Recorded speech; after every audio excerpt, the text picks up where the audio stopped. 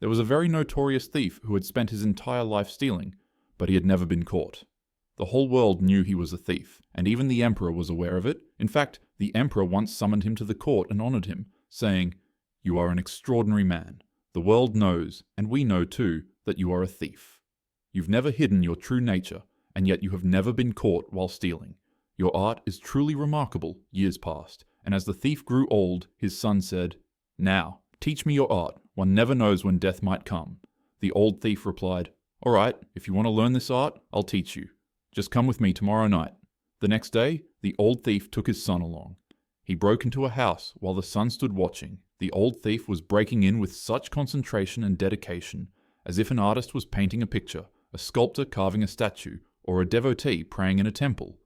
Such focus, such dedication, so absorbed that it seemed nothing less would do. He was a master thief, not just any ordinary thief, but the guru of hundreds of thieves.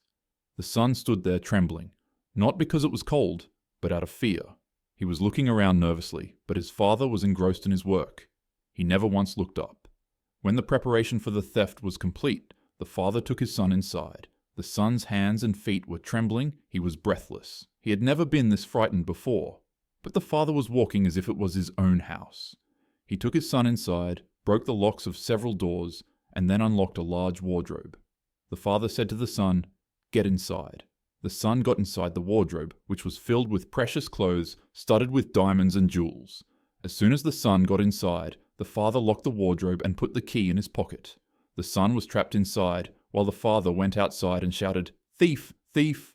Then he quietly went back home. The whole house was awakened, and the neighbors too. The son inside the wardrobe was banging his head, thinking, "What kind of teaching is this? I'm doomed." The father didn't leave any way for me to escape. He locked the wardrobe and took the key with him. People were searching all over the house, and footprints were being examined.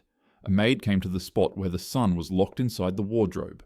The son was utterly confused, not knowing what to do. His mind had gone blank. But when the mind becomes blank, the inner consciousness awakens. Suddenly, it was as if some energy took hold of him, and he made a sound as if a rat was gnawing on clothes. He had never done anything like this before, and he was amazed at himself. The maid brought a key, unlocked the wardrobe, and peered inside with a lamp, thinking it might be a rat. But as soon as she looked inside, the son blew out the lamp, pushed the maid, and ran away. When he emerged from the house, 10, 15 people started chasing him. There was a lot of commotion, and people from the surroundings gathered.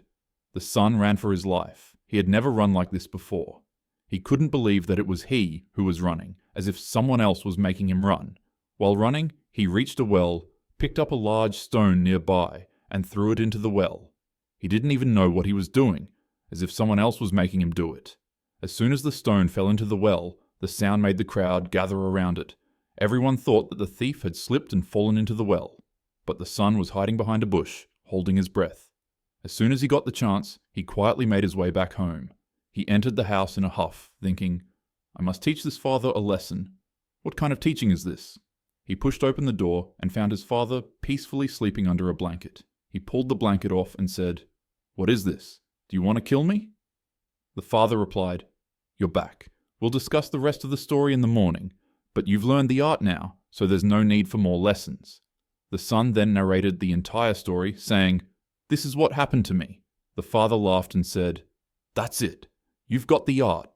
This art cannot be taught, but after all, you are my son. My blood runs in your veins. The job is done. You've learned the secret of the art of stealing. If a thief uses his mind, he'll get caught.